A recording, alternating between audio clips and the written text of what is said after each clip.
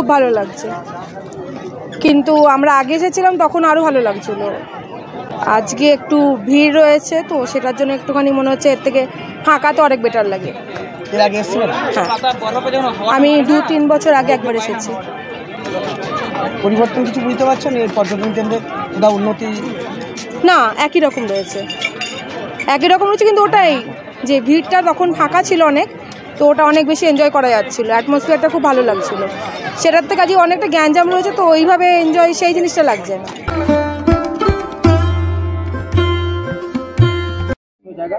अच्छा लग रहा है।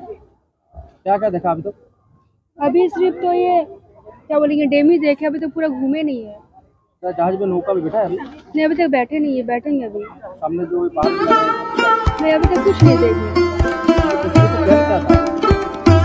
सुबह से क्या किया अभी आने के बाद?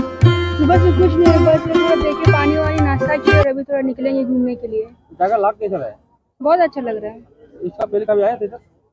हाँ, इससे पहले आया तो बहुत पहले, लेकिन अभी पूरा मतलब चेंज हो गया है। क्या क्या चेंज हुआ उस टाइम? मतलब कौन सा साल में आया था? कौन सा साल? 2019 में। अच्छा, कुछ फर्क नजर आया अभी? हाँ, बहुत कुछ चेंज हो गया है। ভালো, খুবই ভালো লাগছে। এসছেন আগে? হ্যাঁ, এর আগেও এসেছি আমি। এখনো পর্যন্ত আমি গতকাল বিষ্ণুপুরে ছিলাম, বিষ্ণুপুর থেকে এখন ডাইরেক্ট আমরা মুকুটমণিপুরে এলাম। মুকুটমণিপুরে জাস্ট লাঞ্চটা করে খাওয়া দাওয়া করে এখন এই জাস্ট আবার বোটিংয়ে যাবো বলে আর কি টিকিট কাউন্টারের দিকে যাচ্ছি আর কি। হ্যাঁ, এর আগেও বোটিং করেছি এবং ভালো লেগেছে বলেই আর একবার আসা আর কি এখানে।